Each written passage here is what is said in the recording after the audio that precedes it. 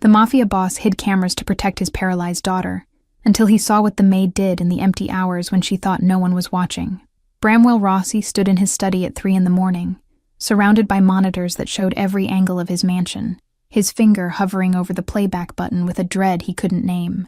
The security company had installed the final camera that afternoon, transforming his home into a grid of digital eyes that never blinked, never slept, never failed to capture every moment of vulnerability his daughter would experience. He'd told himself this was protection, that any father would do the same when their child needed constant care and vigilance. But the weight in his chest suggested he was building something closer to a prison than a sanctuary. The mansion sprawled across grounds that could swallow smaller estates whole, each room decorated with wealth that stopped conversations when visitors first entered. Marble floors reflected light from chandeliers that cost more than most people earned in years, every surface gleaming with obsessive maintenance. Bramwell had acquired this property the same way he'd built his empire, through calculated moves combining legitimate business with shadowy operations. His real estate holdings stretched across the city, towers and developments bearing respectable names while generating revenue streams that never appeared in official reports. The mansion served as the crown jewel of his public image, where a successful entrepreneur lived with his daughter, far removed from basement meetings. Addie had come home from the hospital 16 months ago, carried in his arms like something made of glass that might shatter. The doctors had used careful language that couldn't hide the permanence of her condition, explaining how complications during delivery had affected her mobility. She'd been so small, her legs resting motionless beneath the blanket, while her dark eyes tracked his face with awareness. Bramwell had stood in the nursery he'd prepared, surrounded by equipment recommended by specialists, and felt the future he'd imagined dissolve. The business associates who'd sent flowers never asked about her condition twice, their discomfort with imperfection wrapped in polite distance. His world operated on strength and the appearance of invulnerability, qualities that didn't accommodate weakness or need for assistance. Addie's condition represented a crack in the armor he'd spent decades constructing, a vulnerability his enemies could exploit if they understood how completely she'd captured his heart. The cameras were supposed to eliminate blind spots, create perfect awareness of every threat that might approach his daughter while he managed operations. Bramwell had gone through 7 caregivers in 14 months, each one failing tests they didn't know they were taking. The first had been too rough when changing Addie, her movements efficient but lacking gentleness he couldn't articulate but recognized instantly. The second had talked on her phone during feeding times, her attention divided when his daughter deserved complete focus. 3 others had lasted weeks before revealing themselves as unsuitable through small betrayals captured on the surveillance system. One had eaten food from the kitchen without asking, treating his home like her personal pantry rather than respecting professional boundaries. Another had invited a friend to visit during work hours, introducing unauthorized presence into his daughter's protected environment without permission. The 6th caregiver had been competent but cold, providing adequate physical care while offering nothing of warmth or connection. Bramwell had watched through cameras as she'd perform duties with mechanical precision, never singing, never speaking beyond necessary instructions. Addie had grown quieter during those weeks, her expressive eyes losing some of their light in ways that made his chest constrict. He'd dismissed that woman on a Tuesday morning, standing in the foyer while she collected her belongings with wounded dignity. The agency had stopped returning his calls after that, their polite refusal wrapped in claims about liability and difficult client relationships. Bramwell had turned to private networks instead, putting word out through channels that operated below official oversight and attracted candidates with complicated histories. The responses had come quickly, desperate applications from women whose circumstances made them willing to work for someone with his reputation. He'd interviewed 5 before Cassidy knocked on his door 3 weeks ago, her knuckles creating a pattern against wood that somehow sounded different from every knock that had come before.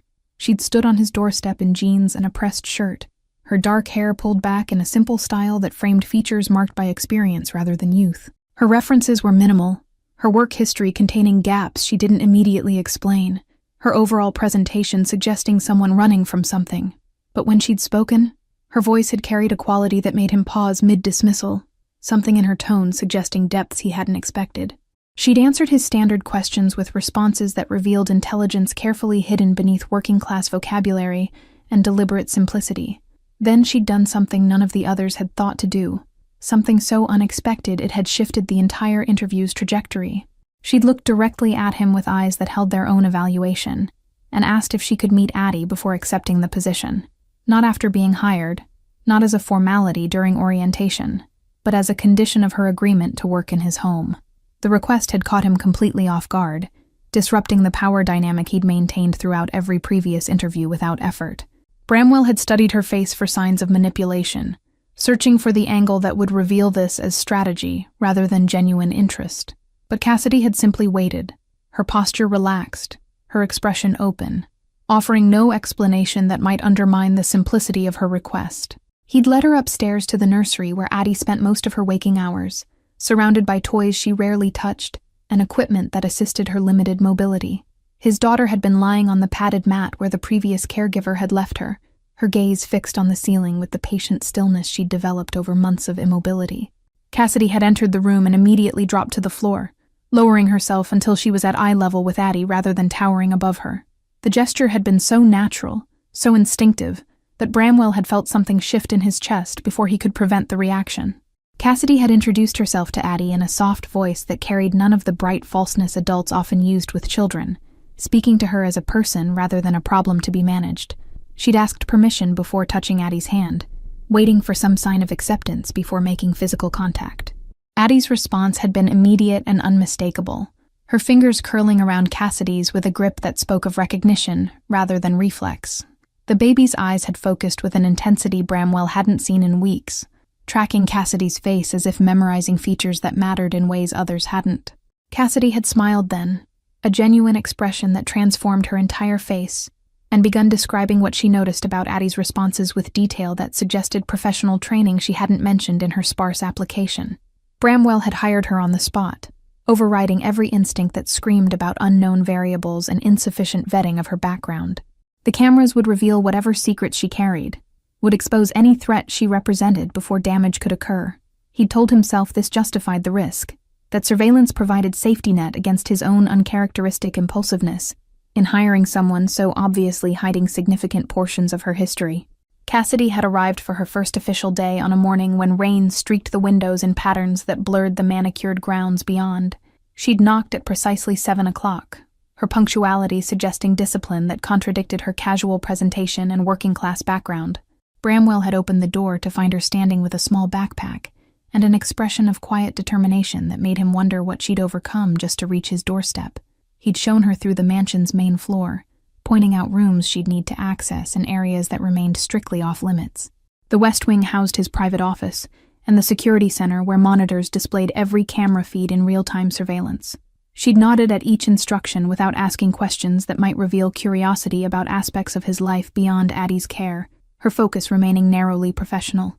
The tour had ended in Addie's nursery, where morning light filled the space with a warmth the rest of the house seemed to lack. Cassidy had set her backpack down and immediately gone to Addie, repeating the floor-level greeting that had characterized their first meeting.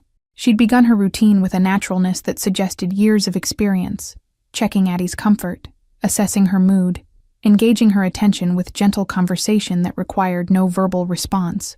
Bramwell had lingered in the doorway longer than intended, watching Cassidy work with a competence that went beyond basic caregiving into something approaching artistry.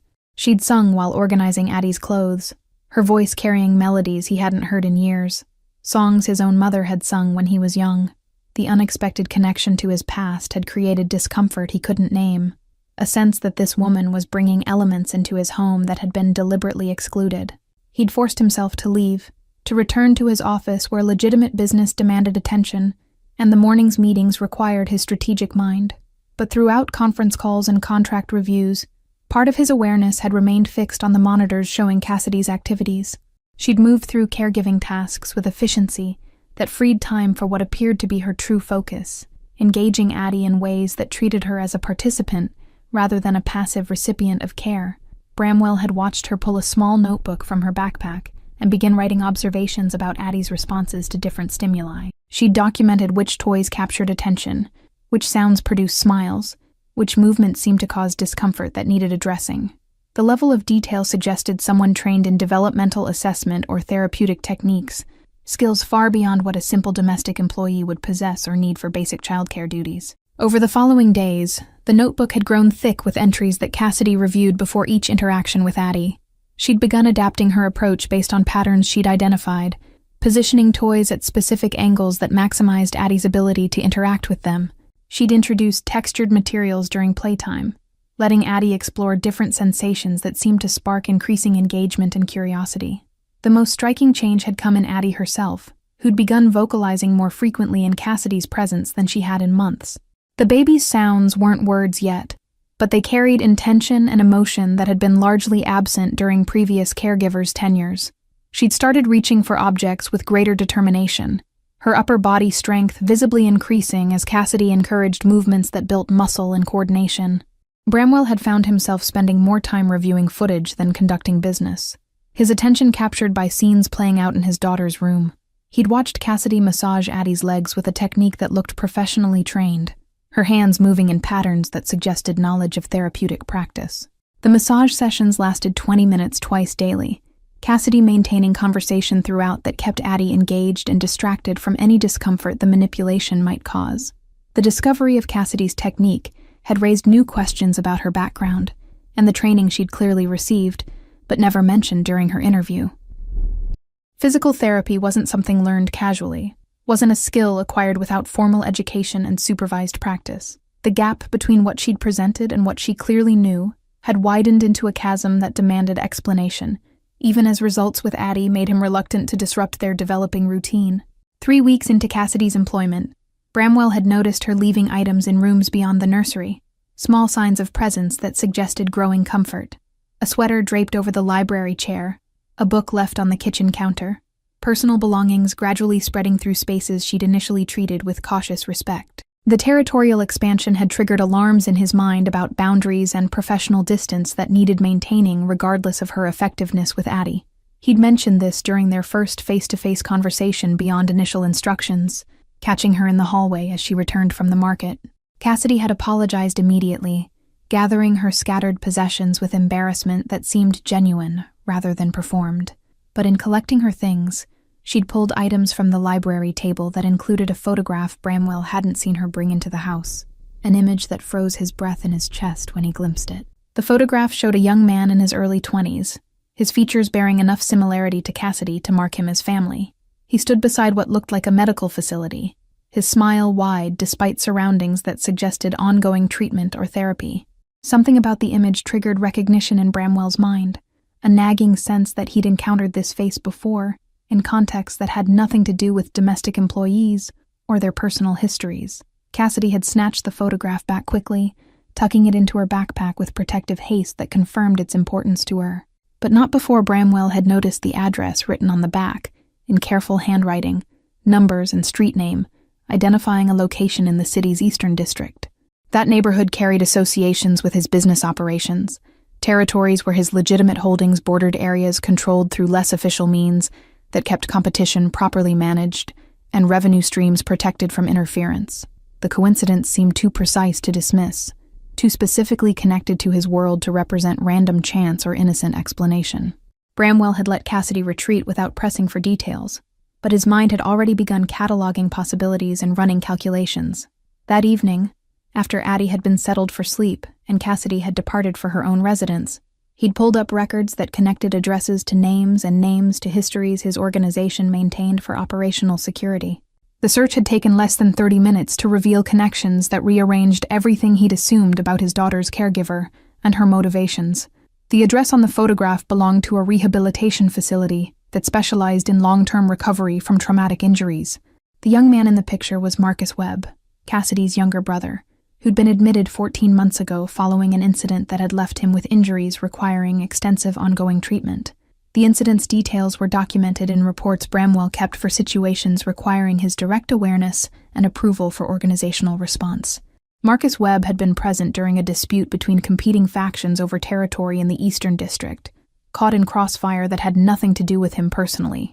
He'd been working security for a business that operated in the contested zone, simply standing at his post when violence had erupted around him in ways his training couldn't have anticipated or prevented. Bramwell's people hadn't been directly responsible for the shooting, but they'd been involved in the broader conflict that had created the conditions. The realization settled in his stomach like poisoned weight, understanding crystallizing that Cassidy's presence in his home wasn't the coincidence he'd initially accepted. She'd come seeking something, access or revenge or leverage, her competence with Addie potentially serving purposes that had nothing to do with caregiving and everything to do with settling scores his world had created in her life. The monitors in Bramwell's office became an obsession that consumed hours he should have dedicated to business operations requiring his strategic oversight. He'd begun reviewing footage with forensic intensity, searching for evidence of Cassidy's true intentions beyond the caregiving that appeared so flawlessly executed. Every interaction with Addie was analyzed for signs of manipulation, every moment alone in rooms scrutinized for suspicious behavior that would confirm his growing paranoia about her hidden agenda and ultimate goals. But the surveillance revealed nothing that supported his suspicions, only deepening the mystery of what Cassidy actually wanted from her position in his household. She'd never entered his office or attempted to access areas beyond her legitimate responsibilities, never searched through documents or photographed anything that might provide intelligence value. Her focus remained entirely on Addie, her attention never wavering toward the aspects of his home that would interest someone gathering information for leverage or planning retaliation. Bramwell had watched her read stories to Addie with animated voices that made his daughter's eyes shine with delight and engagement. She'd created elaborate games that encouraged reaching and grasping, building upper body strength through play that disguised therapeutic exercise as entertainment. The notebook she maintained had expanded to include sketches of Addie's progress, visual documentation of incremental improvements that careful observation revealed, even when dramatic changes remained absent from day-to-day reality. One recording showed Cassidy singing lullabies while rocking Addie to sleep, her voice carrying aching tenderness that seemed to transcend professional duty. She'd stroked Addie's hair with gentle repetition, her expression unguarded in the assumed privacy of the darkened nursery. Tears had tracked down Cassidy's face while she'd sung, grief or longing written in every line of her features, as she'd held someone else's child with a desperation that spoke of profound personal loss she carried constantly beneath her composed exterior. The emotional display had struck Bramwell with unexpected force, recognizing in Cassidy's face an echo of his own hidden anguish over Addie's condition. He'd paused the footage, studying her expression frozen in the monitor's glow, seeing past the surface competence to the wounded person beneath. Whatever had brought Cassidy to his door, whatever connection to his world had motivated her application, it coexisted with genuine care for his daughter that couldn't be entirely fabricated or performed for the cameras she didn't know were capturing every vulnerable moment. Another clip showed Cassidy on the floor with Addie, both of them surrounded by foam blocks and soft toys in rainbow colors. She'd built elaborate structures that Addie could knock down with sweeping arm movements, celebrating each destruction with enthusiasm that made the baby laugh. The laughter had been rare enough to startle Bramwell when he'd first heard it through the monitor's speakers. His daughter's joy so unfamiliar it had taken him a moment to recognize the sound as happiness rather than distress. Cassidy had introduced music during therapy sessions, playing different genres while she worked Addie's legs through range-of-motion exercises that maintained flexibility and circulation. She'd apparently researched how rhythm and melody could enhance therapeutic outcomes, creating playlists that corresponded to specific types of movement. The attention to detail revealed someone who'd studied beyond basic caregiving, who'd sought specialized knowledge that would maximize her effectiveness in addressing needs that went far beyond simple supervision and daily maintenance routines. Bramwell had discovered recordings of Cassidy talking to Addie about her own day, sharing observations about weather and small incidents from market trips. She'd described people they'd encountered, mimicking voices and expressions in ways that made Addie smile with recognition of the storytelling performance. The monologue served no therapeutic purpose he could identify, existed only to provide Addie with connection to the world beyond her limited physical sphere and social isolation. The most compelling footage showed Cassidy lying beside Addie during afternoon rest periods, her body stretched on the mat so they were face-to-face at equal height. She'd traced Addie's features with a fingertip light as breath, mapping the contours of her face while reciting poetry in Italian that Bramwell's own grandmother had spoken. The language choice had been inexplicable until he'd remembered Marcus Webb's file mentioning his mother's Italian heritage, connections to the community that had immigrated decades ago, and maintained cultural traditions across generations. Cassidy had been teaching Addie her family's language, passing down words and sounds that connected his daughter to roots she'd never know through him alone. The realization had created a complex tangle of emotions Bramwell couldn't easily separate or name, gratitude mixing with resentment that a stranger was providing cultural enrichment he'd never considered. His own Italian heritage had been deliberately buried beneath the American identity he'd cultivated for business purposes, ethnic connections viewed as liability rather than asset in the empire he'd built through calculated assimilation and strategic distance from immigrant origins. He'd watched Cassidy read to Addie from children's books, her dramatic interpretations transforming simple stories into theatrical performances that held his daughter's complete attention. She'd used different voices for each character, acting out scenes with exaggerated gestures that made narrative come alive. The books she'd chosen weren't from Addie's existing collection, but ones she'd purchased herself, titles that focused on characters overcoming obstacles and finding strength through persistence and courage. The thematic pattern wasn't subtle, wasn't coincidental in its consistent message about resilience and determination, despite circumstances that seemed limiting. Cassidy was telling Addie stories about her own potential, building a narrative foundation that framed her condition as challenge rather than definition. The psychological groundwork being laid would shape how his daughter understood herself for years to come, forming self-concept during the crucial early period when identity first coalesced around experience and reflected perception from caregivers. Bramwell had found footage of Cassidy creating art projects with materials that accommodated Addie's physical limitations while encouraging creative expression. Finger painting became full-palm exploration of texture and color, the mess containing sensory learning that traditional approaches would have minimized. She'd hung Addie's creations on the nursery walls, creating a gallery that celebrated every attempt regardless of aesthetic outcome, teaching that value existed in the trying rather than requiring perfect execution or conventional beauty standards. The surveillance had captured a moment when Cassidy had received a phone call that clearly delivered difficult news about something in her personal life. She'd stepped into the hallway for privacy, her voice low, but her distress visible in body language that broadcast emotional impact. The conversation had lasted less than 3 minutes before she'd ended the call and returned to the nursery, her composed mask sliding back into place with visible effort that suggested years of practice, hiding pain from observation. She'd picked up Addie and held her close, seeking comfort from the child she was supposed to be caring for, rather than vice versa. The role reversal had lasted only seconds before Cassidy had caught herself and resumed professional boundaries, but the slip had revealed the depth of her need for connection and the isolation she inhabited. Whatever hardships Cassidy faced in her life beyond his walls, she carried them alone without support system or safety net that might ease the burden. Bramwell had reviewed recordings of evening routines where Cassidy prepared Addie for sleep, with rituals that had become consistent enough to provide security. Bath time followed specific sequences, each step performed in the same order with the same songs and gentle handling.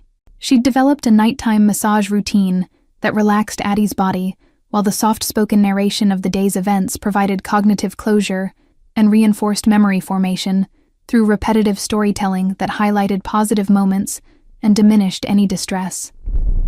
The care Cassidy provided went so far beyond contractual obligations that Bramwell had found himself questioning what motivated such complete devotion to another person's child. Professional pride didn't explain the tears she'd shed in private moments, or the tenderness she showed when no one was supposedly watching. Compensation certainly couldn't account for the emotional investment visible in every interaction, the way she'd integrated Addie into her heart, rather than simply performing required duties with competent detachment. His investigation into her background had expanded beyond the initial discovery about Marcus, pulling records that revealed a life marked by loss and struggle that had honed rather than broken her.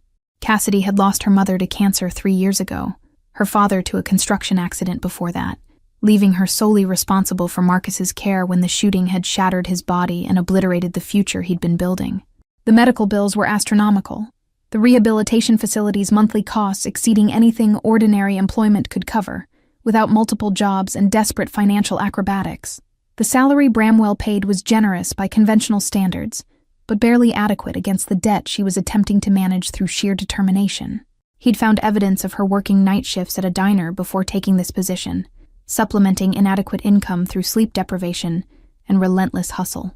The job with him had apparently allowed her to quit the restaurant work, but the financial pressure remained visible in the worn clothing she wore and the careful way she made every dollar stretch beyond reasonable expectations. Bramwell had returned to the library on a Thursday afternoon, seeking a contract that required his signature before the evening's deadline. The leather chair where he usually worked held Cassidy's forgotten sweater, the gray cardigan she'd been wearing that morning when the weather had been cooler than the afternoon's warmth.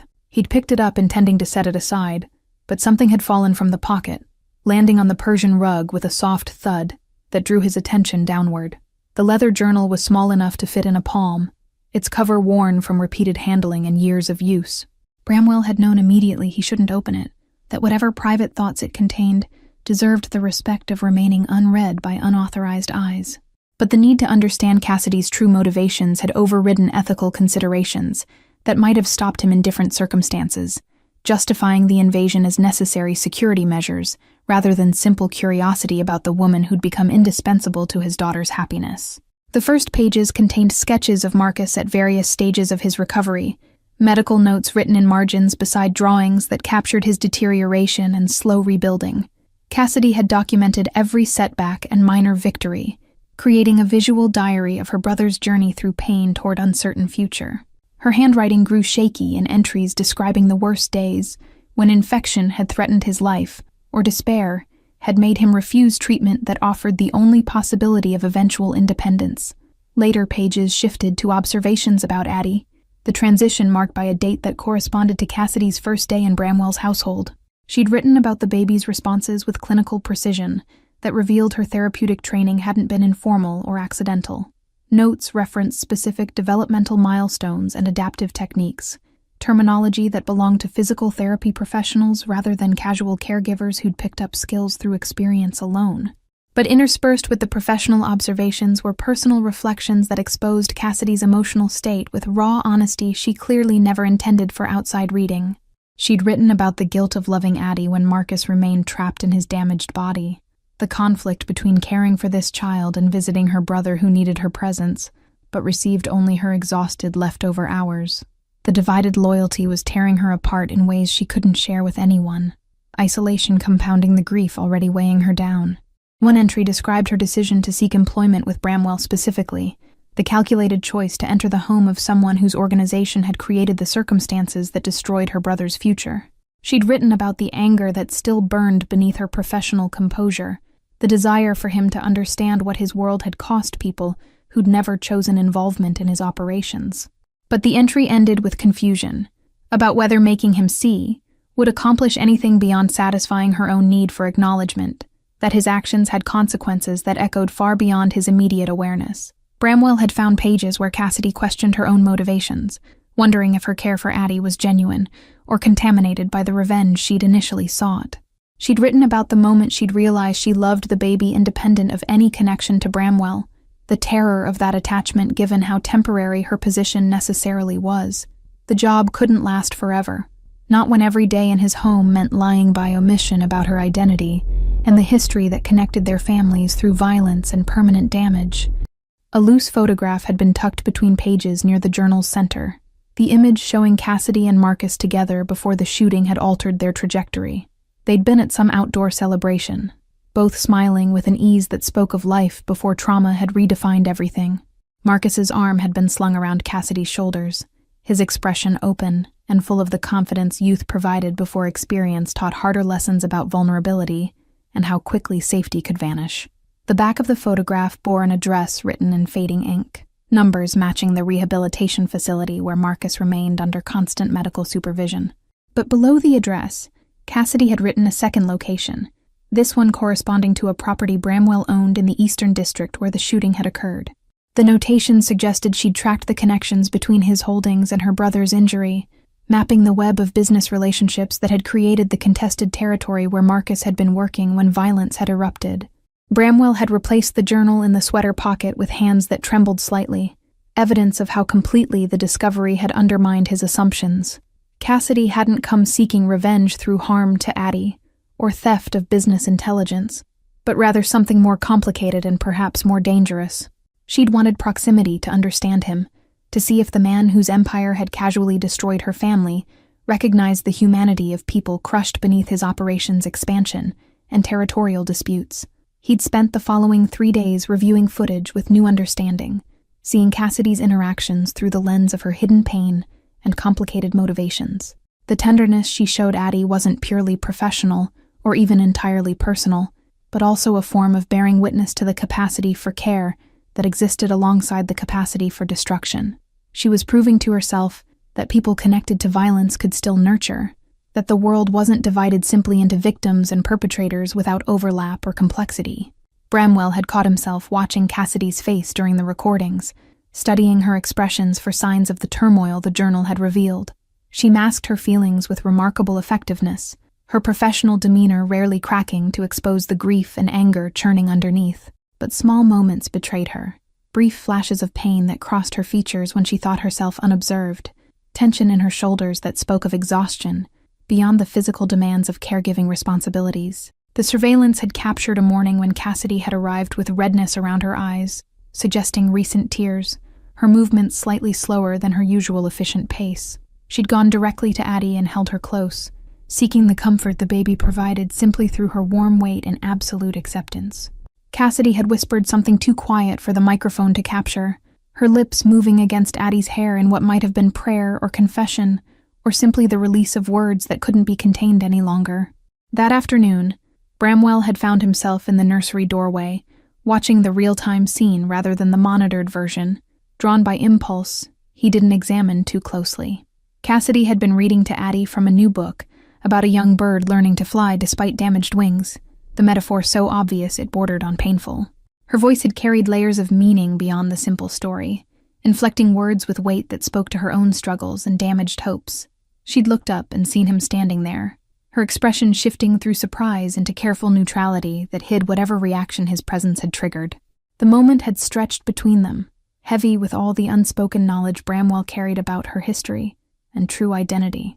He'd wanted to confront her about the journal, about Marcus and the rehabilitation facility, and the real reason she'd knocked on his door, but the words had stuck in his throat when he'd seen how Addie had turned at the sound of his footsteps.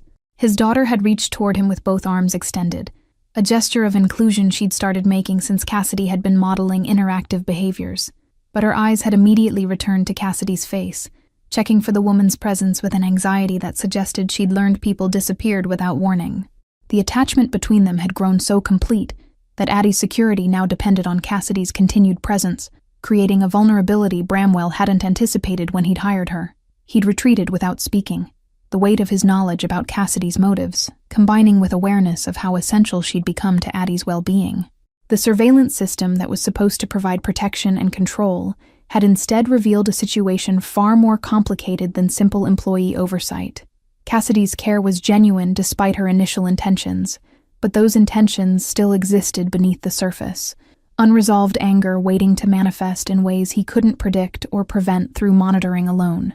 That evening, Bramwell had made a decision that went against every instinct his world had cultivated over decades of surviving through paranoia and preemptive action. He would continue employing Cassidy without confronting her about the journal or his knowledge of her connection to Marcus's injury, allowing the situation to develop naturally rather than forcing a confrontation that might destroy what she'd built with Addie. The choice felt dangerous and foolish, trusting someone with hidden motives to remain in his home with access to his daughter. But the alternative meant dismissing the only person who'd brought light back into Addie's eyes, the only caregiver who'd treated his daughter as someone with potential rather than merely limitations. The surveillance would continue, would document any shift in Cassidy's behavior that suggested threat to his family. He'd watch and wait, prepared to act if necessary, but hoping that somehow the genuine care he'd witnessed would prove stronger than the revenge she'd initially sought when entering his world. The manila envelope had arrived on a Monday morning, delivered by courier to Bramwell's office downtown rather than the mansion where such packages normally appeared. His assistant had placed it on his desk with the rest of the day's correspondence, nothing about its exterior suggesting the disruption its contents would create. But when he'd opened it during a rare quiet moment between meetings, photographs had spilled across the polished wood surface like evidence at a crime scene, black and white images that captured Cassidy in contexts that had nothing to do with caregiving. The surveillance wasn't his own, but clearly professional, taken by someone who'd been following Cassidy during her off hours when she left his employment for the night. She'd been photographed entering the rehabilitation facility where Marcus resided, her face showing exhaustion she never displayed in Addie's presence. Other images showed her at a diner in the Eastern District, sitting across from men whose faces Bramwell recognized from his organization's lower operational levels, people who handled street-level business that kept his empire's foundation intact through enforcement and collection activities. A typed note had accompanied the photographs, unsigned but clearly from someone within his own network who'd taken initiative to investigate the woman caring for his daughter. The message was brief and pointed, noting that Cassidy had been asking questions about the shooting that injured her brother, specifically about who'd given orders that led to the confrontation. She'd been careful, indirect, but her interest in the incident had been persistent enough to raise concerns among people who understood that curiosity about such matters often preceded retaliation or cooperation with law enforcement. Bramwell had felt ice spread through his chest, recognizing the danger Cassidy had placed herself in through her investigation into his operations. The men she'd been questioning weren't people who tolerated perceived threats, weren't employees who'd consider her youth or grief as mitigating factors against suspected betrayal. If they decided she represented risk to the organization, her connection to his daughter wouldn't necessarily protect her from consequences that came swiftly and permanently to those deemed problematic. He'd gathered the photographs and returned them to the envelope, his mind already calculating responses to a situation that had escalated beyond his control. Cassidy had been more active in seeking answers than the journal had suggested, her presence in his home only one aspect of a broader campaign to understand the violence that had destroyed her family. The discovery meant he could no longer maintain passive observation, couldn't simply watch through cameras while she potentially drew danger toward herself and, by extension, toward Addie. That evening, Bramwell had waited in the entrance hall for Cassidy's arrival, positioning himself where she couldn't avoid the conversation he'd been postponing for weeks. She'd knocked at her usual time, entering with the backpack she carried, and the professional smile she wore like armor against the world. But the smile had faltered when she'd seen him standing there instead of retreating to his office, her body language shifting into defensive readiness that confirmed she'd been expecting this confrontation eventually. He'd held up the envelope without opening it, letting her see the courier markings that indicated its professional origin rather than accidental discovery. Cassidy's face had drained of color, her hands gripping the backpack straps with enough force to whiten her knuckles. The silence between them had stretched until it became unbearable, neither willing to speak first and admit to knowledge that couldn't be taken back once voiced into the space they'd both been pretending was uncomplicated. Bramwell had broken first, his voice colder than he'd intended when he'd asked what she thought she was accomplishing by questioning his people about events she couldn't change. The accusation had emerged harsher than the professional concern he'd meant to express, anger surfacing that had less to do with her investigation and more to do with the fear that she'd placed herself in danger through actions he couldn't prevent or control, despite all his supposed power. Cassidy had lifted her chin, meeting his gaze with defiance that replaced the fear he'd seen initially cross her features. She'd asked if he knew what his business had cost people who'd never wanted involvement in his world, if he'd bothered to learn the names of those caught in his organization's territorial disputes. Her voice had carried bitterness that made clear how long she'd been holding back these words, the restraint she'd exercised finally breaking under the pressure of confrontation. The words had hit harder than physical blows, each question landing with precision that suggested she'd been rehearsing this speech for months. Bramwell had felt defensive walls rising, the justifications he'd built over years about necessary violence and acceptable collateral damage in business that operated outside conventional law. But the justifications had sounded hollow even in his own mind, when faced with Cassidy standing in his entrance hall, demanding he acknowledge the human cost of his choices.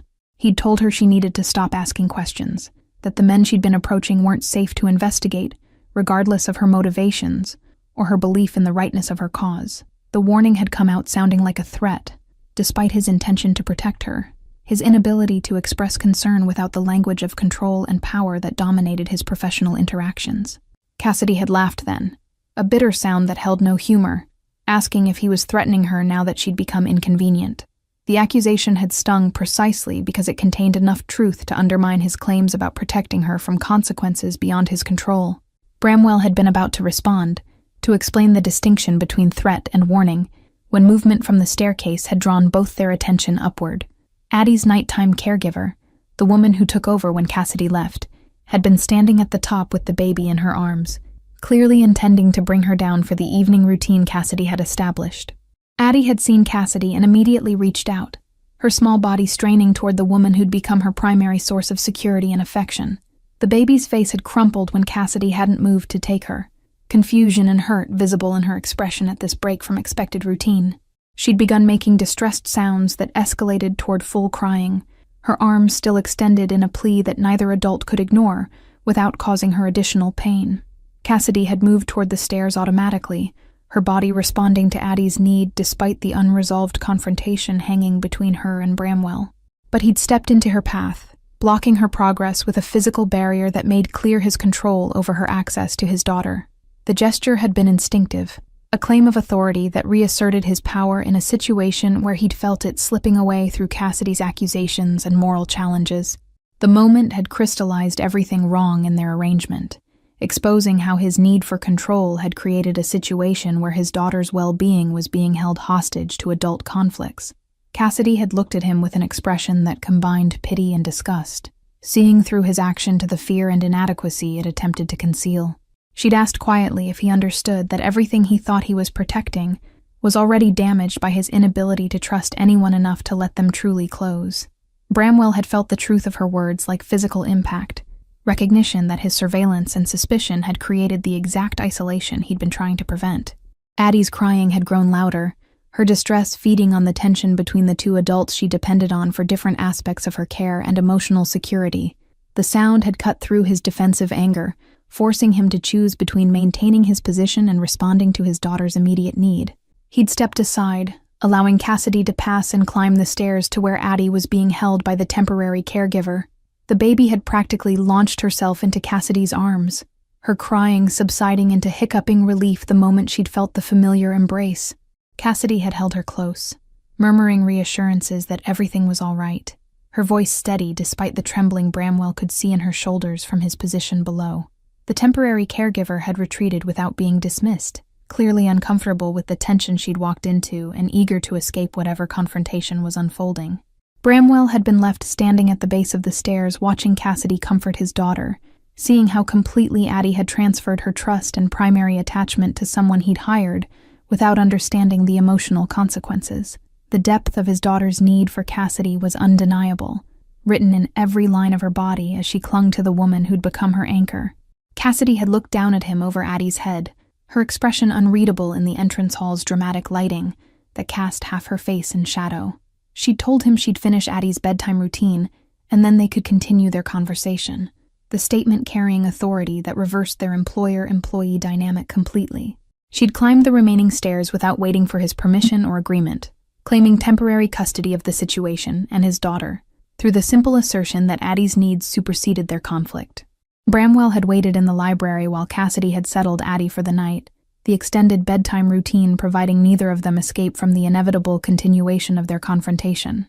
He'd poured whiskey he didn't drink, standing by the window that overlooked grounds where security lights created islands of illumination in surrounding darkness. The estate that usually felt like a fortress suddenly seemed like a prison of his own construction, walls designed to keep threats out, but actually keeping him isolated from genuine human connection. When Cassidy had finally appeared in the library doorway, her face showed the exhaustion of someone who'd been maintaining impossible facades for too long. She'd refused his gesture toward the chairs, remaining standing in a posture that suggested she expected this conversation to end with her dismissal, and had already prepared herself for that loss. Bramwell had recognized the defensive positioning, the way she'd braced for impact that her experience had taught her to anticipate from people who held power over her circumstances and employment. He'd asked her directly what she'd wanted when she'd first knocked on his door, bypassing any pretense that they could continue their previous arrangement without addressing the foundations of deception it had been built upon. Cassidy had met his question with her own, asking if he remembered Marcus Webb, or if the young man's injury had been too insignificant to register among the casualties his business operations created regularly. The counter-question had been a challenge and an accusation, demanding he acknowledge her brother's humanity before she'd answer anything about her own motivations or initial intentions. Bramwell had admitted he'd found her journal, that he'd known about Marcus for weeks, while watching her care for Addie with tenderness that seemed to contradict the anger she must have been carrying. The confession had been tactical, establishing that his knowledge was comprehensive, rather than based solely on the photographs delivered that morning. But it had also been surrender of sorts, acknowledging his own violation of her privacy, while expecting her to confess her deceptions in return, creating a strange parody in their mutual betrayals. Cassidy had absorbed his admission without visible reaction, as though she'd suspected the surveillance extended beyond what she could see into invasions she couldn't prevent. She'd told him she'd come seeking understanding of how someone could build a life that required looking away from the damage it caused, how a man could be a father while running operations that destroyed other people's families without apparent remorse or recognition. Her initial plan had been to confront him, once she'd understood him enough to make that confrontation meaningful, rather than simply cathartic for herself alone. But working with Addie had complicated everything, had made Cassidy care about the child, independent of any connection to Bramwell or desire for revenge against the organization that had harmed her brother. She'd found herself genuinely invested in Addie's development and happiness, her professional skill combining with personal investment to create attachment she hadn't anticipated or wanted, given how temporary her position would necessarily remain. The job had stopped being about Marcus and started being about the small girl who smiled at her each morning, who'd learned to trust her when trust had been broken so early in her young life. Bramwell had asked why Cassidy had been questioning his people, if her focus had shifted to genuine caregiving, rather than investigation into her brother's injury. The question had carried accusation, even as he'd tried to keep his tone neutral, suspicion about her divided loyalties, despite evidence that her care for Addie was authentic. Cassidy had explained she'd been trying to understand if there was anyone in his organization who regretted the violence, anyone who questioned the necessity of territorial disputes that caught innocent people in crossfire. She'd wanted to believe that people involved in his world weren't uniformly callous, that somewhere in the hierarchy were individuals who struggled with the moral weight of what they participated in for money or survival. The hope had been naive, she'd acknowledged, born from her need to believe the world wasn't as dark as her brother's injury suggested. But the men she'd questioned had viewed her curiosity as suspicious rather than philosophical, had interpreted her questions as preparation for revenge or cooperation with authorities, rather than simply a wounded person seeking evidence that humanity persisted in unexpected places. Bramwell had told her about the danger she'd created for herself through those inquiries, how the photographs indicated someone in his organization had decided she represented potential threat. His people didn't wait for threats to materialize, didn't offer second chances to those whose actions suggested disloyalty or plans for retaliation, regardless of how indirect or philosophical their questioning might have seemed. The protection his position offered only extended so far, especially if others decided her presence endangered the organization through what she might observe or eventually report to authorities who'd been trying to penetrate his operations for years. Cassidy had laughed again, that same bitter sound from earlier, asking if he was concerned for her safety or worried she'd become a liability that complicated his carefully controlled existence. The distinction mattered, she'd pressed, because it revealed whether he saw her as a person whose life had value beyond her utility to his daughter.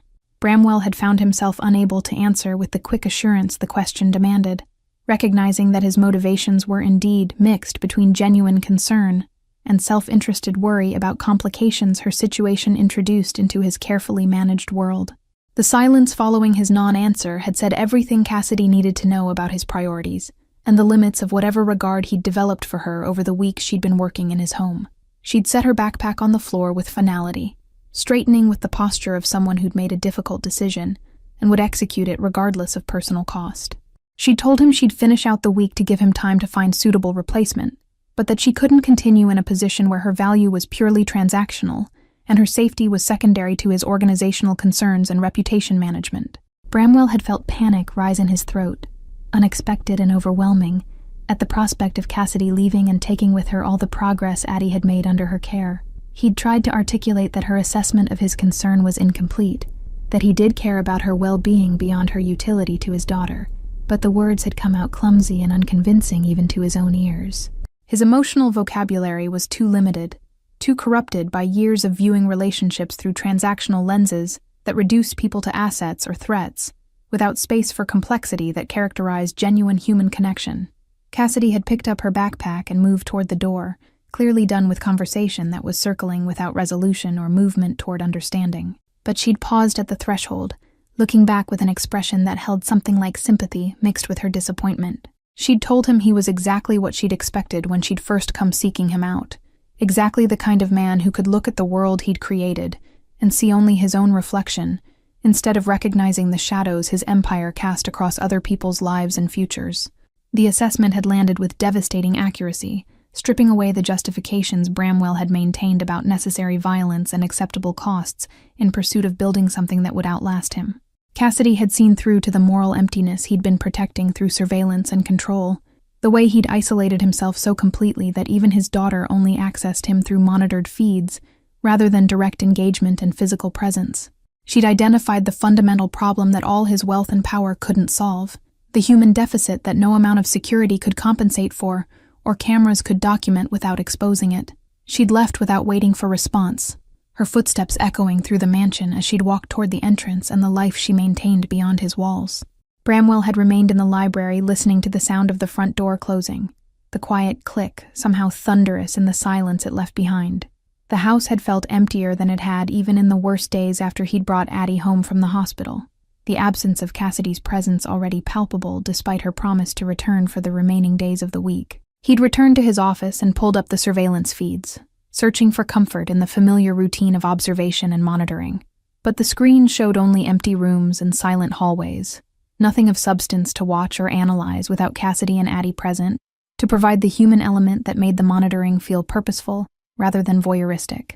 The cameras captured everything except what mattered, documented surfaces without accessing the depths where real connection occurred beyond the reach of his technological control systems. The following morning, Cassidy had arrived precisely on time, her professional mask firmly in place as though their confrontation had never occurred. She'd greeted Bramwell with cool politeness that maintained boundaries while fulfilling the letter of her employment agreement for the remaining days she'd committed to working. Addie had responded to her arrival with evident joy that neither adult could witness without understanding what would be lost when Cassidy's departure became permanent at the week's end. Bramwell had watched through his monitors as Cassidy had gone through her routines with Addie, noting how nothing in her care had changed despite the knowledge that this was temporary now rather than ongoing. She'd maintained the same gentle patience, the same creative engagement, the same tender attention that had characterized her work from the beginning. But something had shifted in the energy between them that even the cameras could capture, a sadness underlying every interaction that spoke to goodbyes, already being mourned before they'd been officially said. Friday arrived with rain that matched the heaviness settling in Bramwell's chest, each hour bringing him closer to Cassidy's final departure from his home and Addie's life. He'd spent the week attempting to find replacement caregivers, conducting interviews with candidates who possessed impressive credentials, but lacked the indefinable quality that made Cassidy irreplaceable in ways he couldn't articulate to the agencies sending applicants. Each conversation had ended with him finding reasons to disqualify perfectly adequate professionals, recognizing he was sabotaging his own search because no one could measure up to standards he couldn't properly define or explain. Addie had sensed something wrong despite being too young to understand the concept of permanent goodbye, her normally bright demeanor clouded by anxiety that manifested in increased clinginess toward Cassidy.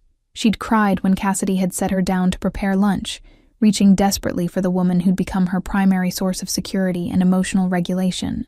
The distress had been painful to witness through the monitors, Bramwell seeing his daughter's fear of abandonment playing out in real time, while he remained powerless in his office reviewing contracts that suddenly seemed meaningless compared to the crisis unfolding upstairs. That afternoon, he'd found himself standing outside Addie's room, listening to Cassidy sing the Italian lullabies that had become part of their daily routine together. Her voice had carried tremors that suggested she was fighting tears while maintaining composure for the child in her arms. Professional mask cracking under emotional weight she could no longer fully contain. The song had ended with silence more profound than simple absence of sound, a void that seemed to swallow all the warmth his home had accumulated during Cassidy's brief tenure within these walls. Bramwell had retreated to his office and made a decision that went against every principle of control and calculated strategy his success had been built upon over decades. He'd accessed financial records tracing back to the shooting that had injured Marcus, pulling up names of everyone involved in the territorial dispute that had created the conditions for that violence.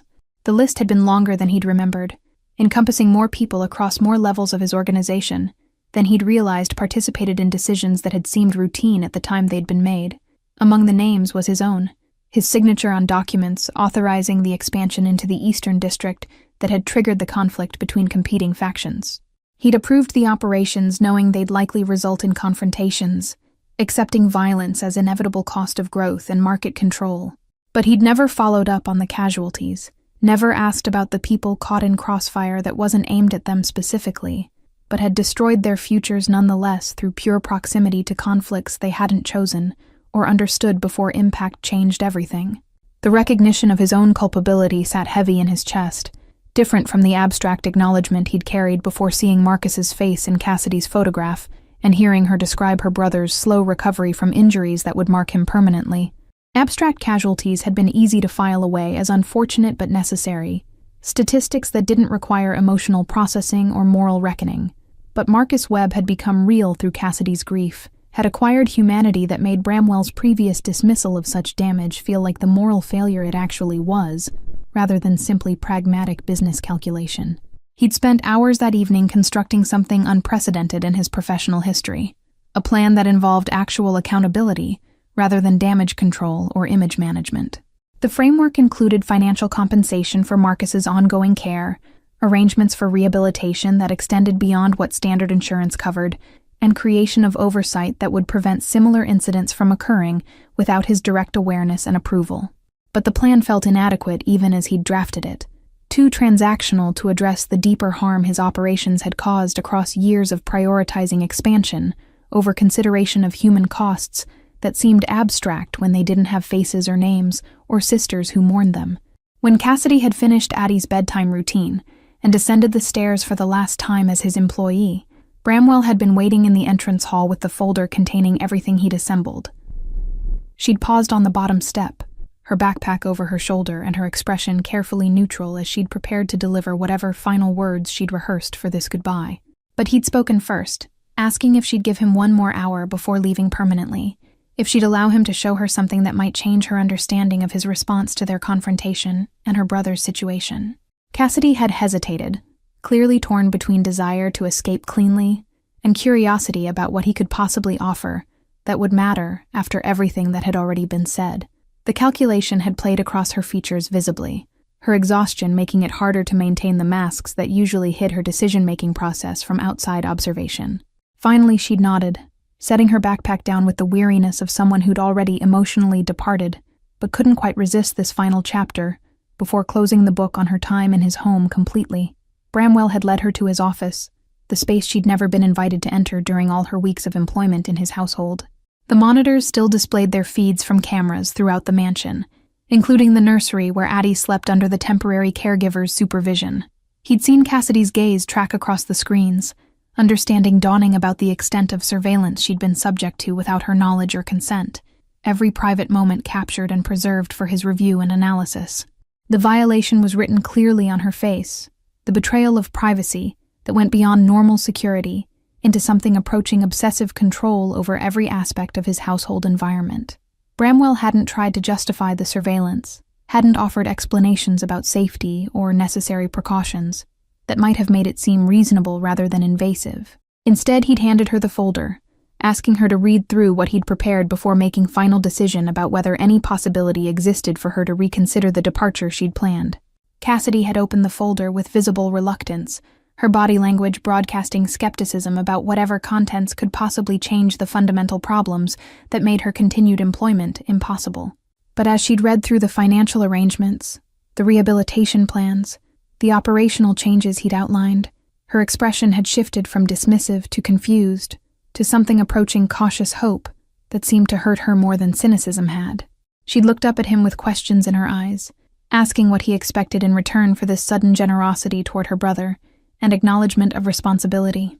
The question had been fair, reflecting her experience in a world where nothing came without strings attached and gifts were usually disguised obligations that extracted more than they gave. Bramwell had told her the truth, that he expected nothing except the opportunity to prove he was capable of learning from the damage his choices had created.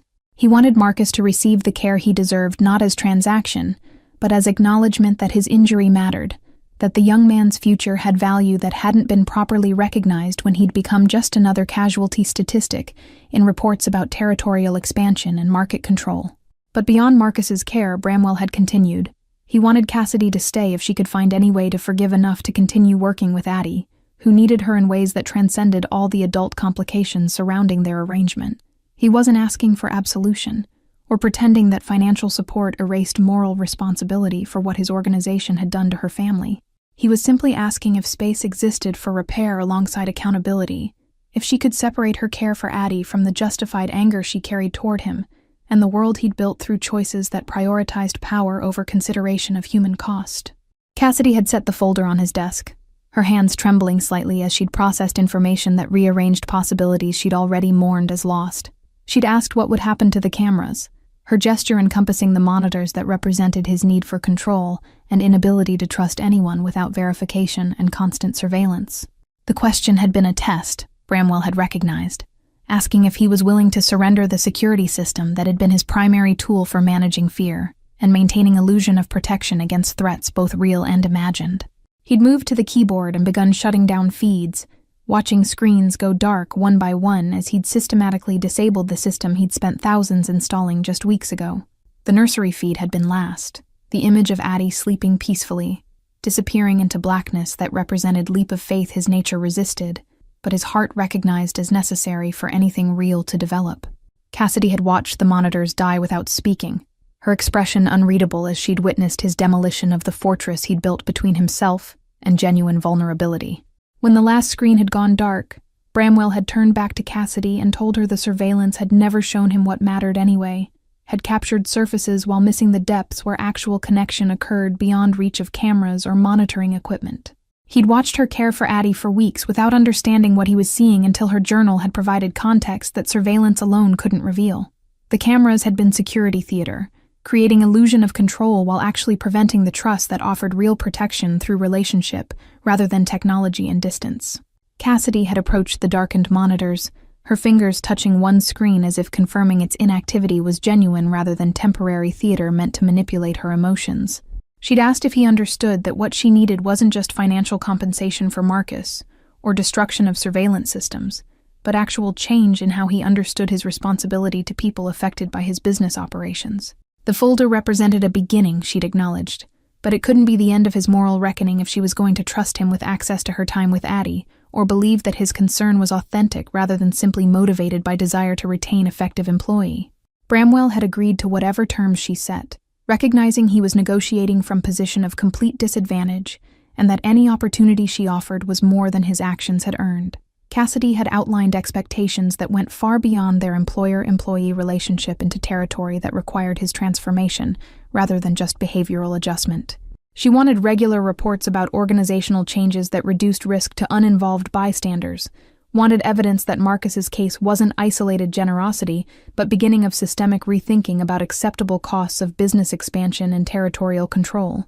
More personally, she'd required he spend actual time with Addie, rather than observing her through monitors, that he learned to be present as a father, instead of delegating all emotional labor to hired caregivers while maintaining distance that prevented genuine attachment. The demand had been harder to accept than financial commitments or operational changes, requiring vulnerability he'd spent decades avoiding through strategic detachment from anything that might hurt if lost.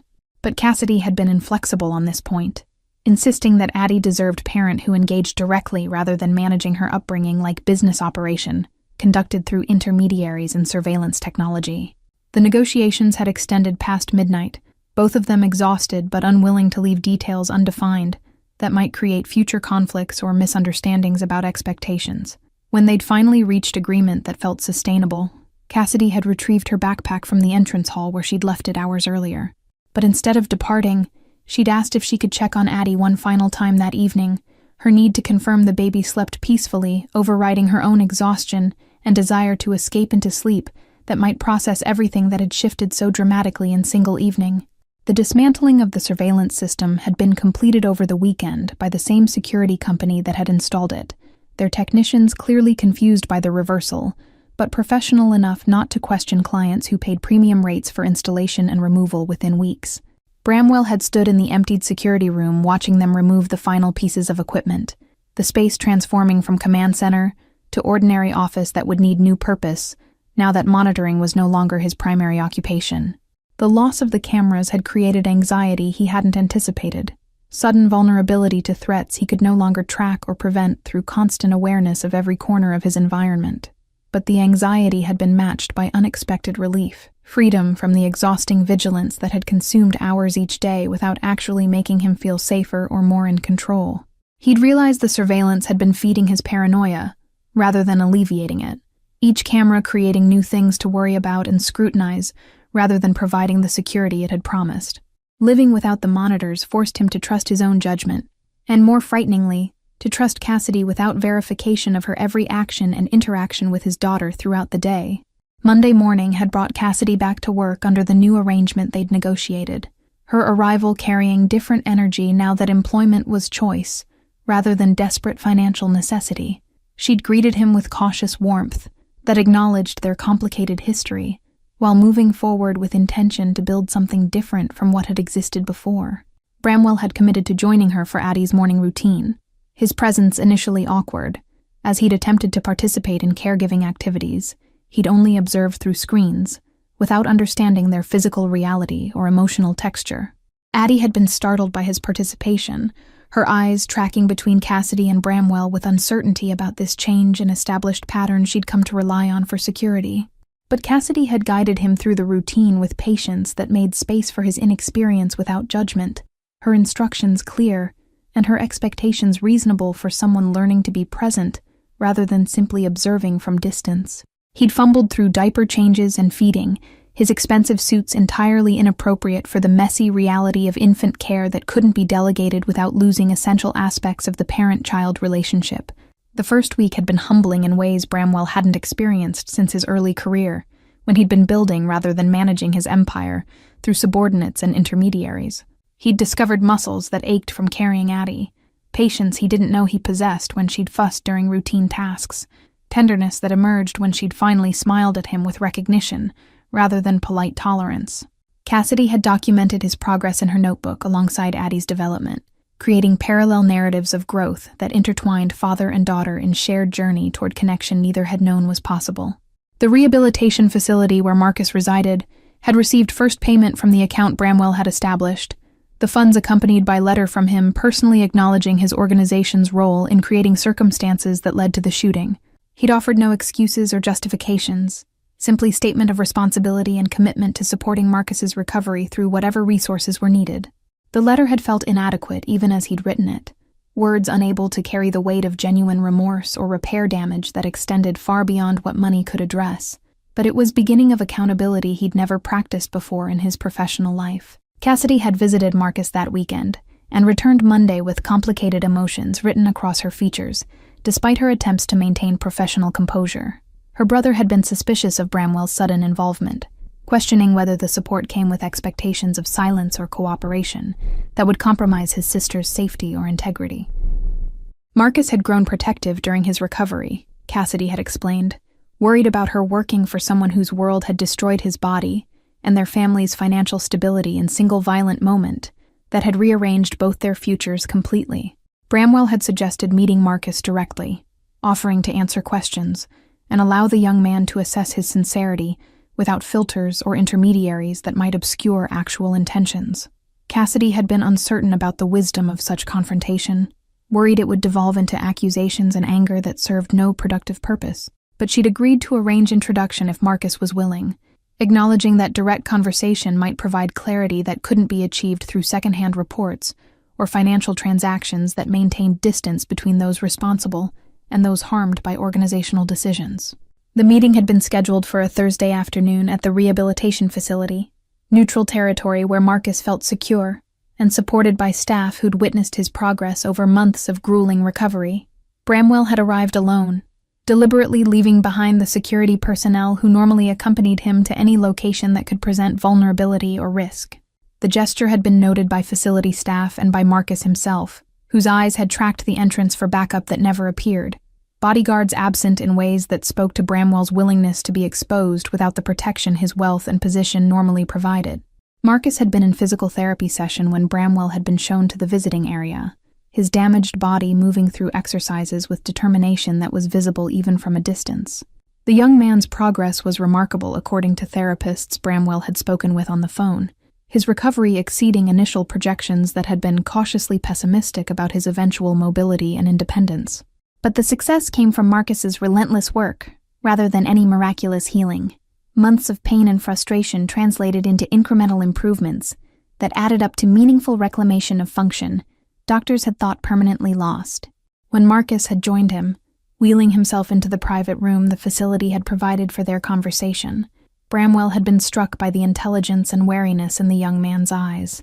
This wasn't someone who'd been broken by his experience, but rather someone who'd been forged harder by it, steel refined in fires that would have destroyed lesser spirits. Marcus had greeted him with cool politeness that made clear this meeting was being granted as favor to Cassidy rather than because Marcus sought anything from the man whose organization had destroyed his previous life trajectory and aspirations. Bramwell had spoken plainly about his responsibility for creating conditions that led to the shooting, explaining the territorial expansion decisions without attempting to minimize their consequences or present them as unfortunate accidents beyond anyone's control. He'd detailed the operational changes he was implementing to prevent similar incidents, transparency about his business. Marcus clearly hadn't expected from someone in his position. The honesty seemed to catch Marcus off guard, disrupting the adversarial dynamic he'd prepared for in favor of conversation that acknowledged shared reality. Neither could change, but both could learn from moving forward. Marcus had asked what Bramwell wanted from this accountability, whether the financial support came with expectations of Marcus's silence or Cassidy's continued loyalty, despite justified anger about his organization's role in their family's suffering. The question had been direct in ways Bramwell's usual business negotiations never allowed, cutting through polite fictions to core issues about power and obligation. Bramwell had assured him the support was unconditional, that Cassidy's employment remained her choice without pressure to remain in position that required daily interaction with someone whose world had caused such profound damage. The conversation had extended beyond the scheduled hour, both men discovering unexpected common ground in their protective feelings toward Cassidy and their recognition of her strength despite circumstances that would have justified collapse. Marcus had shared stories about their childhood, the ways Cassidy had essentially raised him after their parents' deaths, her sacrifice of her own educational and career aspirations to ensure he had opportunities she'd surrendered. The picture Marcus painted revealed depths to Cassidy's character that surveillance had never captured, and her own reticence hadn't disclosed. History of selflessness that explained her capacity for love, that transcended circumstances that should have fostered only bitterness. Before Bramwell had departed, Marcus had said something that stayed with him during the drive back to the mansion and through the sleepless night that followed. He'd told Bramwell that Cassidy had spent her whole life taking care of people who needed her, that maybe what she deserved was someone who took care of her for once, instead of the other way around. The statement had been both observation and challenge, Marcus setting expectations for how his sister should be treated moving forward by anyone who wanted meaningful place in her life, beyond simple employment arrangement. The words had triggered recognition in Bramwell about how he'd been approaching his relationship with Cassidy, still treating their arrangement as primarily transactional, despite the emotional complexity that had developed around Addie's care. He'd been focused on retaining valuable employee, rather than seeing Cassidy as person with needs beyond financial compensation and professional respect. The shift in perspective required acknowledging that his feelings had evolved beyond employers' appreciation into something more personal that terrified him precisely because it couldn't be controlled or managed through contracts and surveillance systems. That evening, Bramwell had found Cassidy in the library after she'd finished Addie's bedtime routine, curled in the chair where he'd discovered her journal weeks earlier. She'd been reading one of the Italian poetry collections from his shelves, books he'd inherited from his grandmother, but never opened despite the cultural heritage they represented. Seeing Cassidy engaged with that forgotten part of his family history had created a moment of connection that transcended their complicated employer-employee dynamic and touched something deeper about shared cultural roots neither of them had fully embraced. He'd asked if she'd like dinner, not the formal meal they sometimes shared with Addie, but something casual where they could talk without professional boundaries rigidly maintained. Cassidy had accepted with surprise that suggested such invitations hadn't been part of their established pattern, her guard lowering slightly as she'd recognized his offer as personal rather than professional courtesy. They'd eaten in the kitchen rather than the formal dining room, the informal setting creating space for conversation that ranged beyond Addie's care into their separate histories and the experiences that had shaped who they'd become. Bramwell had found himself sharing stories about his childhood and the immigrant grandparents who'd instilled ambition that became drive for empire building without teaching ethical frameworks to guide that ambition's expression. He'd talked about the loneliness of his position, the isolation that came from being feared and respected but never truly known by people, who saw only his power and resources rather than the uncertainty underneath. Cassidy had listened without judgment, her empathy creating safety he hadn't experienced since before he'd learned to view vulnerability as weakness that enemies exploited without mercy. She'd shared her own struggles with the burden of responsibility Marcus's injury had placed on her, the guilt she carried about moments when she resented having to be strong when she wanted permission to collapse. The confession had come haltingly, as though admitting anything less than complete capability felt like betrayal of the role she'd been filling since childhood. Bramwell had recognized the impossible standard she held herself to, the way she'd internalized others' needs as more important than her own, until she'd nearly disappeared beneath the weight of everyone else's expectations and dependencies. The evening had extended past midnight, both of them surprised by how natural the conversation felt once professional roles had been set aside. Bramwell had walked Cassidy to her car when she'd finally acknowledged the late hour, the gesture old-fashioned in ways that felt appropriate given the shift in their relationship's tenor. Standing in the driveway under stars obscured by city lights, he'd thanked her for giving him chance to prove he was capable of change, for seeing potential in him that he'd stopped believing existed beneath the person his choices had calcified him into becoming. The transformation of the mansion happened gradually over the following months, spaces that had been cold showplaces becoming warm environments where life actually occurred, rather than being staged for impression management. Cassidy had introduced plants to rooms that had been sterile, brought color to hallways that had been neutral, created atmosphere that invited presence rather than demanding the reverent, distance-expensive decor typically imposed.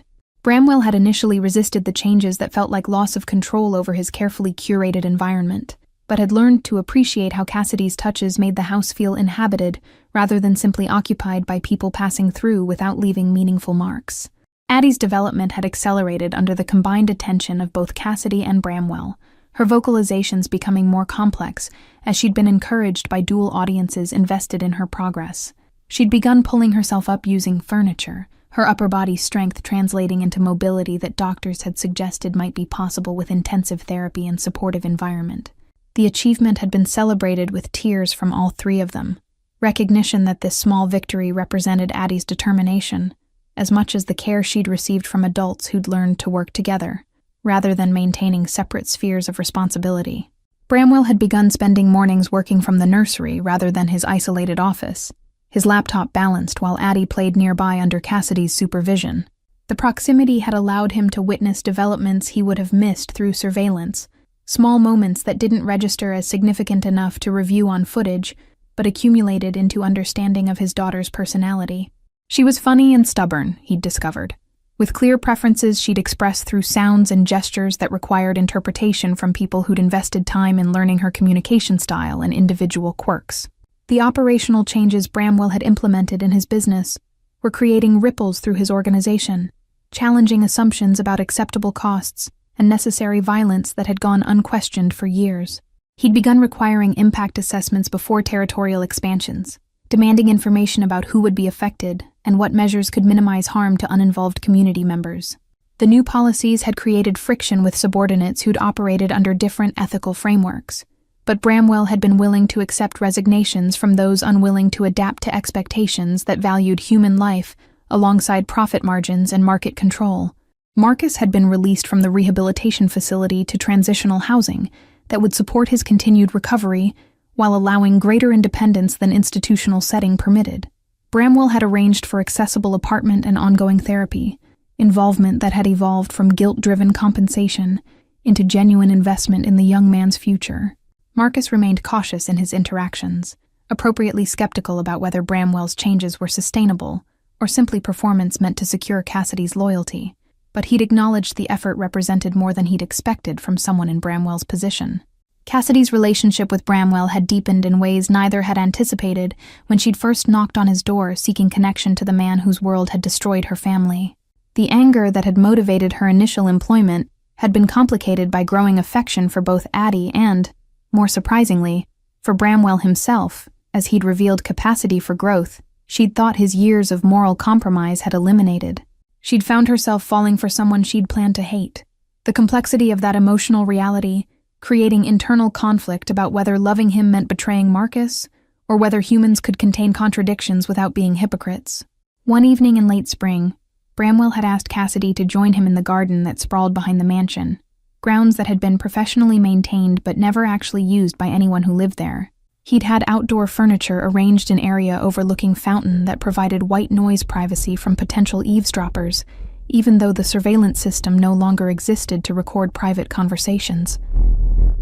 The gesture toward privacy had been noted by Cassidy, who'd followed him outside with curiosity, tempered by wariness about conversations held in deliberately isolated settings away from Addie's needs that might interrupt. Bramwell had told her he'd been thinking about family, and what that word meant beyond biological connection or legal obligation, how the past months had taught him that family was constructed through choice and daily commitment, rather than simply inherited through circumstance. He'd watched her build family with Addie through patient care and genuine love, had learned from her example that relationships were actions rather than feelings, verbs rather than nouns that required continuous conscious effort.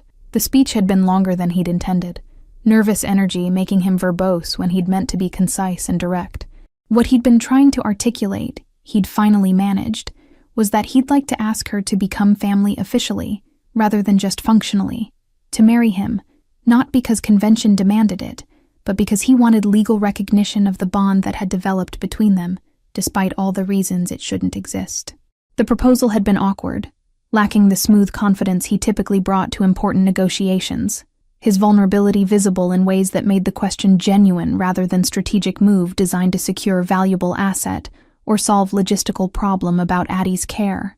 Cassidy had been silent long enough that Bramwell had started preparing for rejection, his mind already cataloging how they'd navigate continued working relationship after she'd declined his offer.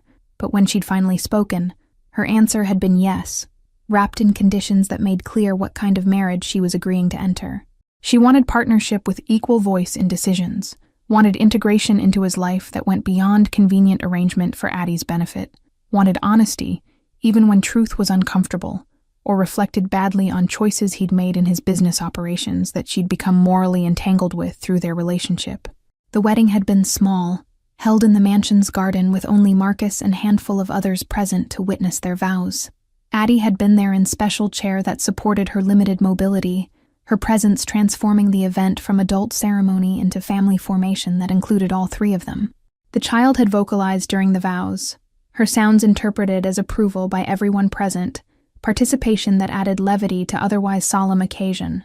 Bramwell had written his own vows, speaking about redemption and second chances, about how Cassidy had taught him that surveillance couldn't replace trust and control wasn't substitute for genuine connection.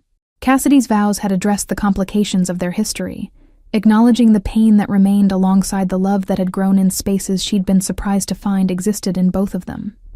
She'd spoken about forgiveness being process rather than single decision, about choosing daily to move forward despite justified anger about past that couldn't be changed.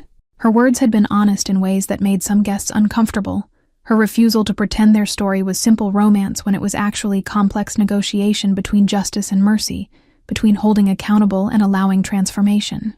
The reception had been underway when Addie had pulled herself up using her chair, standing with support in ways she'd been practicing but never quite achieved with such stability. Everyone had frozen, watching her wobble slightly before finding balance that held despite gravity trying to pull her back down. She'd taken one step, then another, moving toward where Cassidy and Bramwell stood together watching their daughter accomplish what doctors had said would require years of additional therapy if it became possible at all. The room had erupted in cheers that Addie had responded to with a smile of pure triumph, her awareness that she'd done something remarkable visible in her expression. She'd reached Cassidy and Bramwell and wrapped her small arms around both their legs, holding on while they'd knelt to embrace her properly. The moment had been captured by photographer Bramwell had hired, but he'd been fully present for it rather than watching through camera lens or monitor screen, his direct experience of his daughter's achievement unmediated by technology or distance that would have diluted the emotional impact. In the months following the wedding, the former surveillance room had been transformed according to Cassidy's vision into bright space, filled with Addie's artwork and materials for creative projects. The monitor's absence had initially left walls looking bare and purposeless, empty surfaces that needed new identity. Cassidy had painted over the institutional gray with warm yellow that caught morning light, had installed shelving for books and supplies, had created an environment that celebrated Addie's growing capabilities rather than documenting her limitations through clinical observation and constant monitoring. Bramwell had begun spending time in that repurposed room with Addie, helping her with art projects that had no therapeutic goal beyond simple enjoyment and self-expression. He'd learned to value the mess that creative work generated, the way paint ended up on clothes and floors despite precautions meant to contain it. The imperfection had been liberating rather than stressful, teaching him that control over outcomes was less important than presence during process, that being there mattered more than ensuring everything happened according to predetermined plans and specifications. The business changes Bramwell had implemented had started attracting attention from law enforcement, who'd noticed shifts in his organization's patterns and wondered what had prompted reforms they'd been unable to force through prosecution or pressure. He'd cooperated with investigations into past operations more than his lawyers had recommended, accepting that accountability for previous actions was part of transformation rather than obstacle to be avoided through legal maneuvering.